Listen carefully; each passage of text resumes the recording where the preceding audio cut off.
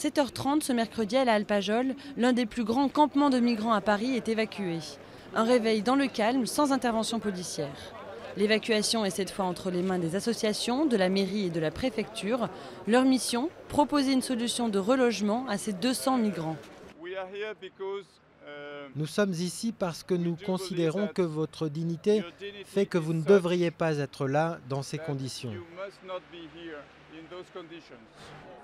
Venus principalement d'Érythrée et du Soudan, ces migrants ont souvent affronté de longues journées de navigation en Méditerranée.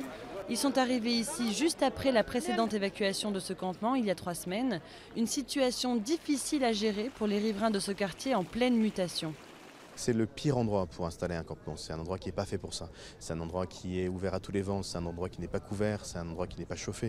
Et il n'y a aucune raison de s'installer ici. Cette fois-ci, les 200 migrants ont été répartis sur une dizaine de centres à Paris et en proche banlieue.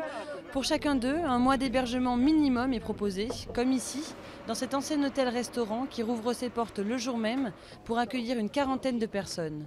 Parmi eux, Ibrahim, de retour de Calais après avoir vainement tenté de traverser la Manche. J'ai passé 5 mois à la rue, c'était très difficile. Et puis j'ai beaucoup souffert chez moi au Soudan. Il y a beaucoup de problèmes. Ici, je me sens en sécurité. Je suis là pour ça, pas pour autre chose.